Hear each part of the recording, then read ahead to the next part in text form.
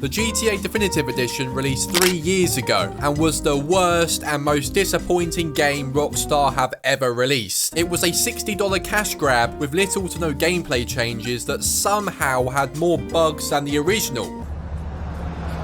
It was horrendous. But out of the blue, I see that it's got a new update, and judging by the posts on social media, some are actually enjoying the game, and are even making brash claims such as the GTA Definitive Edition is finally fixed, or Rockstar has finally made it worth playing. And Christ, this really shocked me, and I had to find out the honest truth for myself. If you're like me and want to know the facts with no bollocks, here is the brutal truth. Is the Definitive Edition finally worth playing? Well, let's find out. So before we find out the honest answer to that question, let's first dive into what has actually changed in the recent update. And some of the fixes / features I'm about to mention weren't all included in the Rockstar patch notes for some reason, so you might not know about them all. Big shout out to this guy on Twitter for finding these new additions so quickly. So the new feature in this update that many are talking about right now is the new classic lighting mode, which is now toggleable in the pause menu. This closely mimics the atmosphere of the original games by restoring the lighting, shadows and reflections you've seen before, and it makes the game look much closer to the original from a visual standpoint. Here are some comparisons.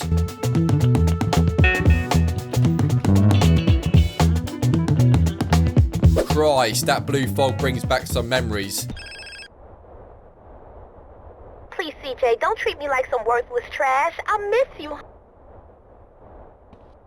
I'll be honest, I do personally think it looks a lot better now, and it's not just a filter over the top of the screen. There are some huge changes to the visuals in different weather conditions too, which hasn't really been talked about as much. We will look at that in just a second. By the way, if you're like me and don't like getting ripped the head off when buying your games, you need to check out Instant Gaming. This is the place I purchase all my games from, and there are some huge sales going on right now that you don't want to miss. Check it out by clicking the link in the description down below. A definitive edition that looked closer to the original PS2 version was just one of the many aspects fans have wanted since release, and I did actually find it quite nostalgic loading this update up for the first time and seeing these classic visuals. It's a nice addition. However, this was only one minor complaint compared to the several other big issues with the definitive edition that made it unworthy of your time and money. So with graphics aside, what else has improved?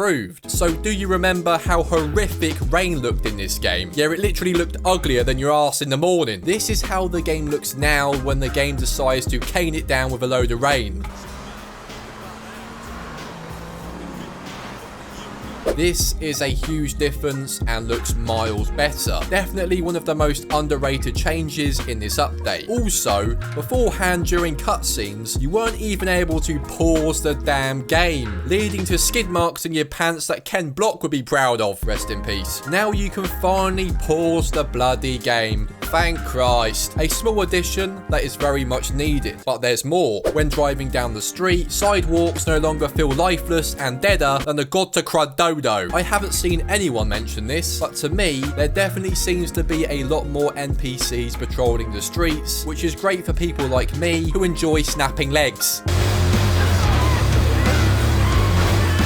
This does help the map feel somewhat more alive. Beforehand, in Vice City, if you aimed a gun and decided to start running, you'd instantly be turned into a stroke victim, with some of the worst animations I've ever seen. Now, you can actually run whilst aiming. Thank you, Rockstar. Not a feature you'd write home about, but it's something that was 3 years overdue. So, at this point, you might be thinking, alright, the game does appear to have improved slightly, but are patiently waiting for the deal breaker, or punchline, the real erection raiser, the reasoning for all the sudden definitive edition dick riding. Well, after a few hours of playing this new update, I can honestly tell you it's not all good news. This game still has more bugs than a dog's twat.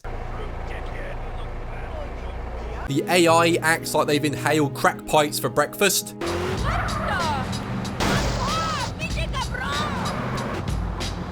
draw distance is almost as bad as my nan's god the hell memory, certain animations still suck dog dick, and pop-ins are still severe and very much hard to ignore. Evidently, it's still very far from perfect. Naming it the Defective Edition still appears to be an accurate representation despite the recent changes. And yes, I'll be the first to admit, the visuals definitely look much better overall, and I do much prefer them, but it also kind of makes you think, what is the point in the GTA Definitive Edition if it's just trying to replicate the original visuals, with no improvements to the dated gameplay mechanics, sound design, etc.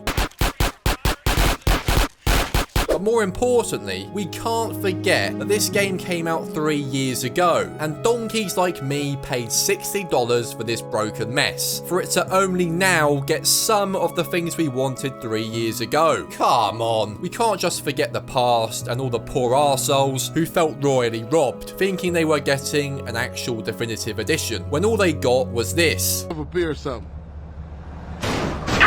And even today, it's still being sold at $60 in certain places. I do think the classic lighting mode has just given a lot of people, including myself, some major nostalgia, which has led to a minority getting a bit carried away with it. But we'll find out whether it's really worth your time or not in just a second. Maybe I am being too harsh, but I just don't understand the premise of praising Rockstar for adding an update 3 years later that just fixes some aspects of this game, like I always do.